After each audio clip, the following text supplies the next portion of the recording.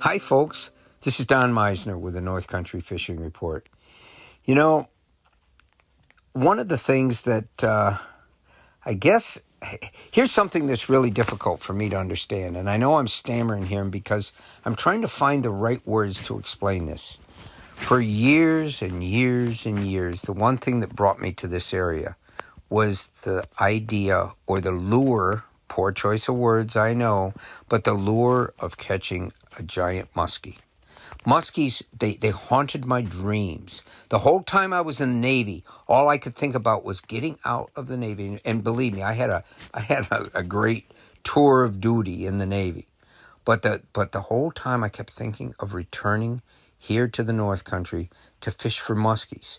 The year before I went into the Navy, and I'd been in college a couple of years, and I had this 4-month or 2-month respite before I was due to go in the Navy.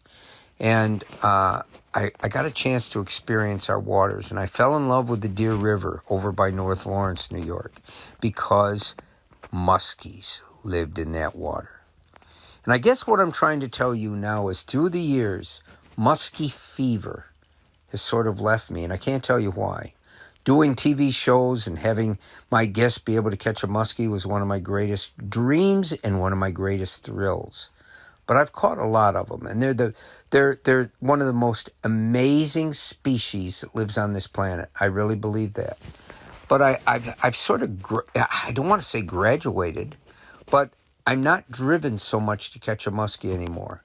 You know, it's not a fish you want to kill. It's a fish that maybe wants to kill you once you hook it. But it's the teeth are incredible.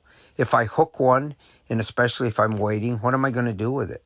It's almost as big as me in some cases, and, you know, I want to be able to get the hook out safely, which means I don't want my hand bitten off, and I also don't want to damage the fish so that it can't live and swim another day.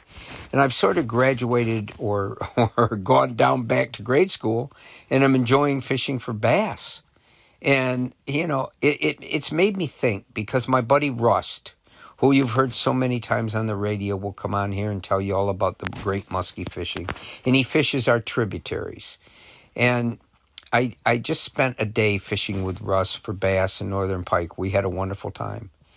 And I said to Rust, you know, I said, tell me, why is it no matter what we do, your thoughts are always going to muskies? And he said, muskies have become spiritual for me.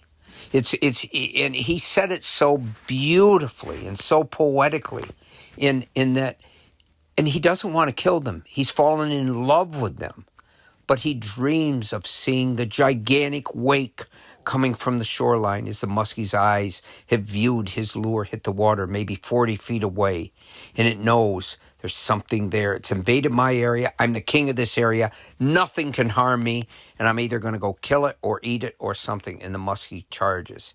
He said, that's why I only want to use lures on the surface, because I want to see that incredible wake. And he says, I want to enter into battle with those fish. And he told me about a shot that he got just a day or two ago when he was fishing for a military buddy of his that had come up to go muskie fishing with him. And he says, I could see it coming. And he says, all of a sudden, I could see its mouth opening as it was still swimming towards the bait.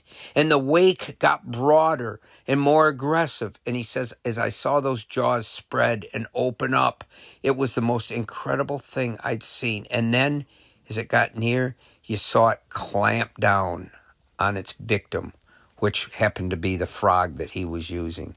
And the way he described it, and the way I watched his eyes light up, and the way I could see his whole body just almost overcharged with energy, it told me how much that experience of going after muskies means to him. And his greatest thrill, he tells me, the greatest joy of all, is to see that muskie leap in the air and throw the bait as far as can be into the air as it succeeds in battling him. Russ doesn't want to win these battles. He just wants to engage, and he wants to fight with his favorite foe, a foe that he loves, and a foe that that has become almost the part of his dreams that keeps him going forward. to listen to Russ talk and to see how much this fish means in his life. And I want you to remember that Russ comes from another part of the country, never fished muskies in his life, fished for trout in Colorado and in other parts of the West. Came here, didn't even know a muskie existed. And now the muskie has become his greatest friend and yet his greatest opponent. Until next time, folks, this is Don Meisner with the North Country Fishing Report.